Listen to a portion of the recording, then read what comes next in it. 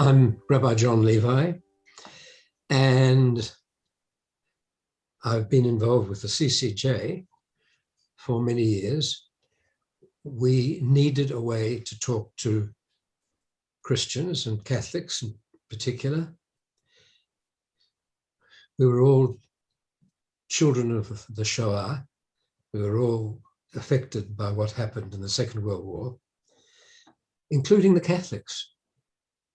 And I guess the first few years we were actually quite dazed and silent and uncertain what we should do.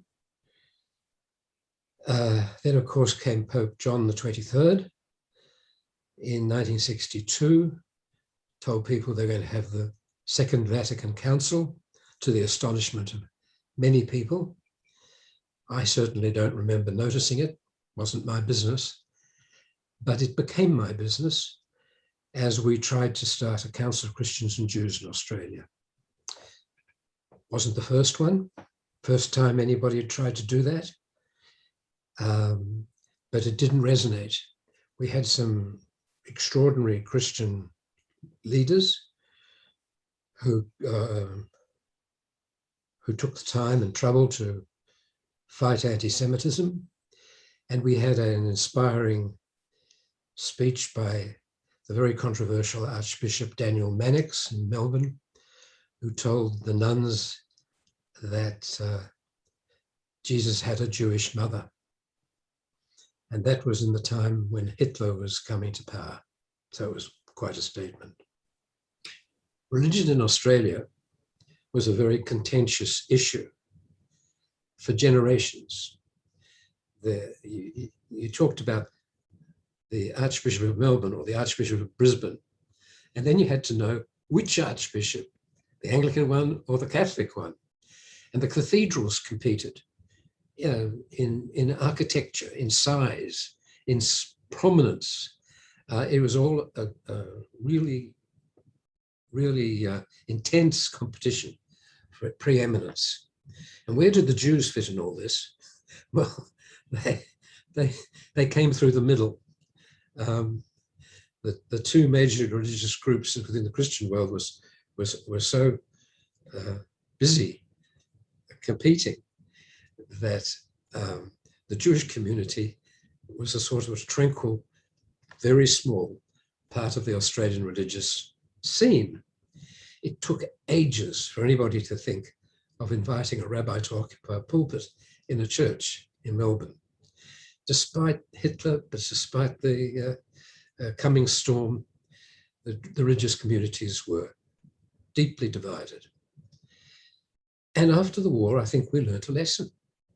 And then, of course, in Melbourne and then in Sydney came the survivors of the Holocaust. And again, people looked at the world a different way. The church began to wonder what it should do in Australia, and the Sisters of Zion also wondered what they should do.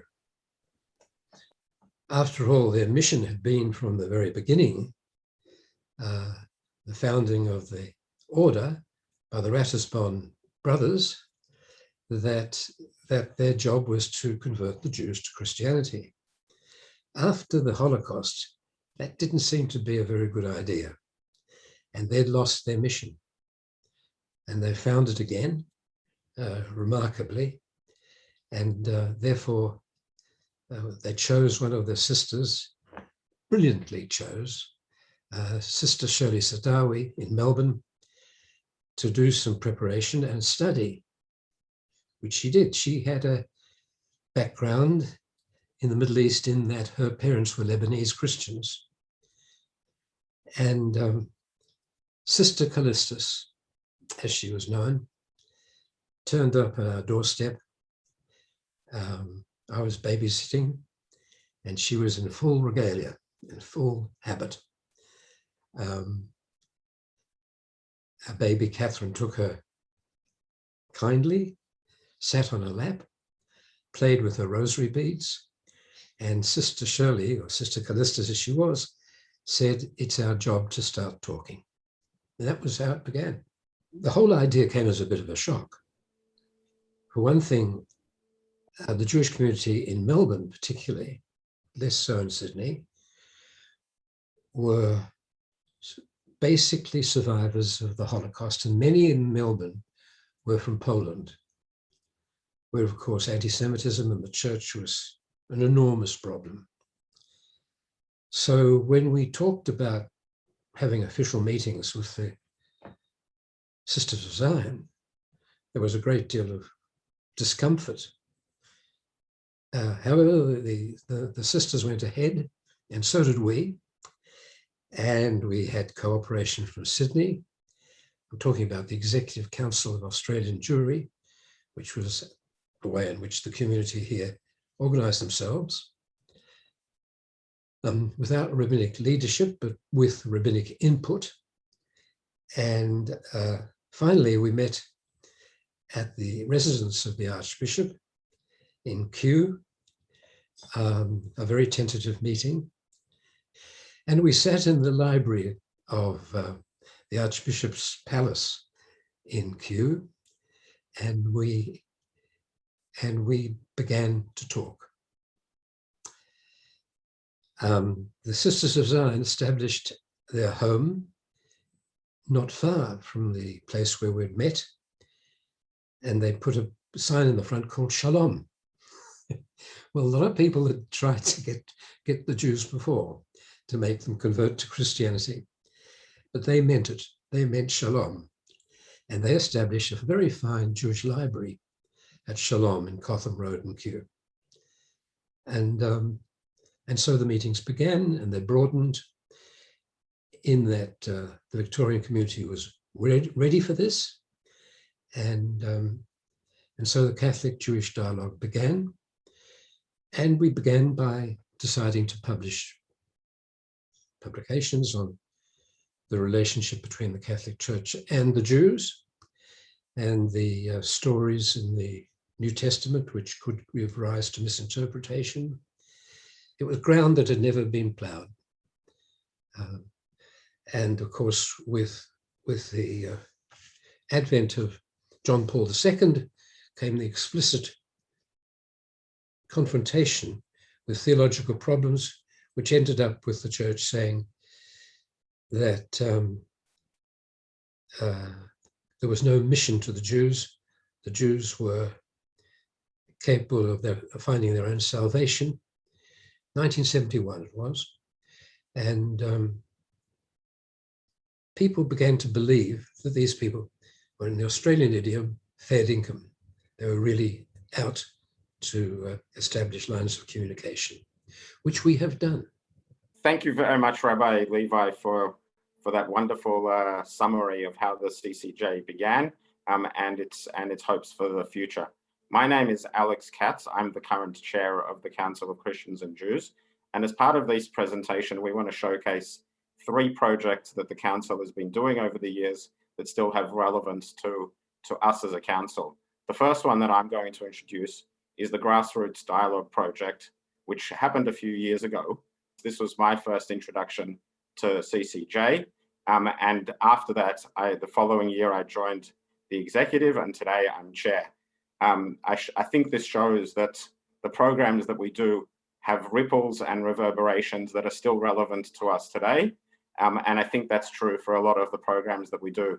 We might not see the reverberations today or tomorrow, but maybe we'll see them next week or next year. And I think that's one of the wonderful things that we do, is bringing communities together as a CCJ. I'm still involved, and I'm still very proudly involved in this organization, and I do so lovingly, and I want to continue this, and hopefully together with government grants, support of our membership, we can continue to do programs like the Grassroots Dialogue Project and other programs so that we can continue bringing people together. Thank you.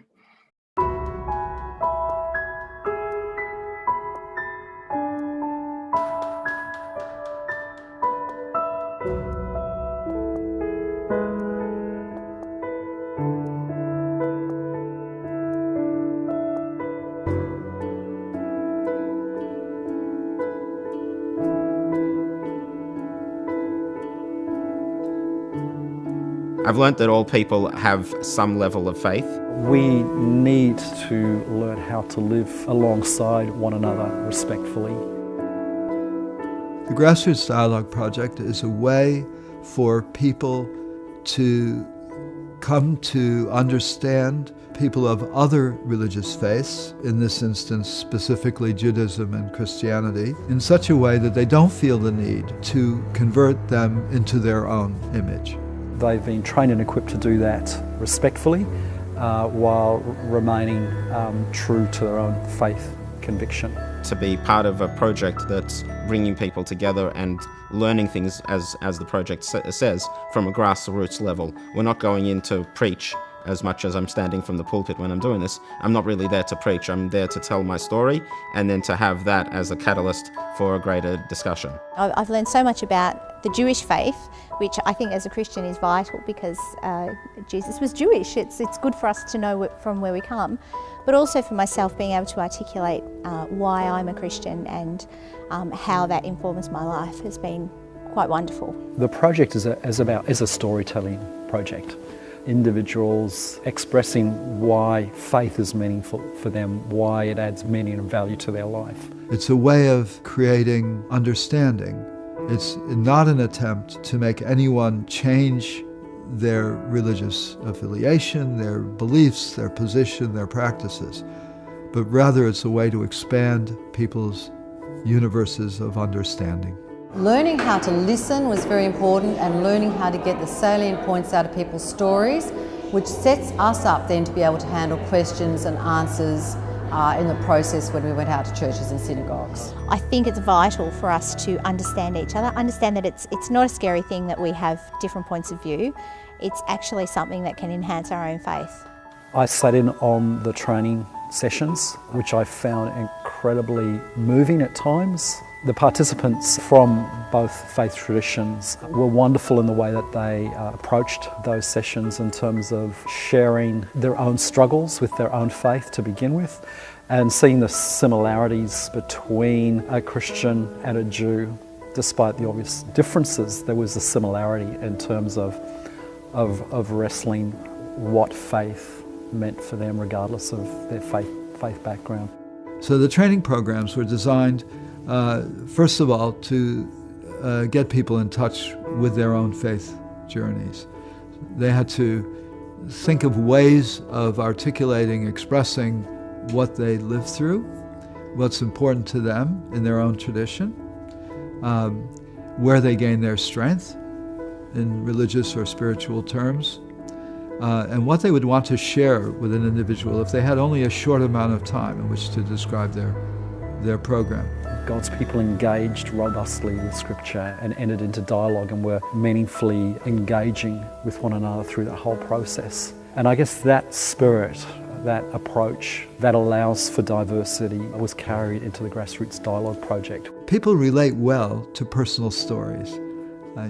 This is what I have struggled with in my life because we can understand that, we can see that in our own lives. And we wanted to do it in a setting where they felt very safe. And that's why we aimed from the start to enter people's homes, their churches or synagogues, at times of public gathering, of worship. It's been wonderful to attend synagogues and temples and meet lots of different people. It's also been great to go to different types of churches and meet other Christians. What's great about this opportunity is that I get to come into a church most of the time that I didn't even know existed, or in some cases churches that I've driven by all the time and have never been inside, and now had the opportunity to not only go inside but to participate in a service, to speak from the pulpit and to engage with the community. Each of the presenters will deliver their talk about their own faith journey, and then there's a period of questions. It became very quickly a very safe place for us to ask questions and to delve a little deeper into each other's faith and into our own and explore that. That then informed how we were going to go into parishes and into synagogues and temples to speak about how we practice our own faith in the world. I would really hope that it expands if possible.